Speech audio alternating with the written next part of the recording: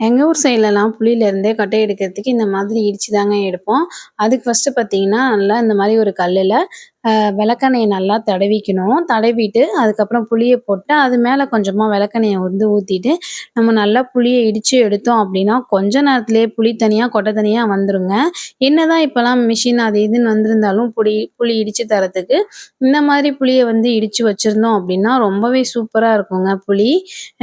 நெறைய வீடியோஸ்லலாம் பார்த்துருக்கேன். புளிய வந்து கொட்டை எடுக்கிறதுக்கு சுத்தியலால தட்டி, அப்புறம் அருகாமனையால அரிஞ்சு அது மாரி தான் எடுப்பாங்க. நீங்க இந்த மெத்தட யூஸ் பண்ணி ஒரு தடவ புளி இடிச்சு பாருங்க. ரொம்பவே சூப்பரா இருக்கும். எவ்வளோ நாள் ஆனாலுமே வந்து கெட்டு போகாம இருக்கும். இப்ப பார்த்தீங்கன்னா, புளி சீசனுங்க. அதனால இந்த மாரி புளிய வாங்கி சூப்பரா இது மாரி ஓடெல்லாம் உடைச்சு எடுத்துட்டு, நல்லா சுத்தமா கிளீன் பண்ணி எடுத்து வச்சுட்டு, காய வச்சு, இது மாரி கொஞ்சம் இடிச்சோம் அப்டின்னா, சூப்பரான புளி வந்து நமக்கு ரெடி ஆயிருங்க. இதெல்லாம் 1 வருஷம் என்னங்க 2 வருஷத்துக்கே கூடமே சூப்பரா இருக்கும். வீணாவே போகாது. நீங்க என்ன மாரி மெத்தட் யூஸ் பண்ணி புளி இடிப்பீங்க? அப்டின்னு சொல்லிட்டு கமெண்ட் பண்ணுங்க. இந்த வீடியோ யூஸ்ஃபுல்லா இருக்குன்னு நெனச்சீங்கன்னா, சப்ஸ்கிரைப் பண்ணிக்கோங்க சேனல. பாய் பாய்.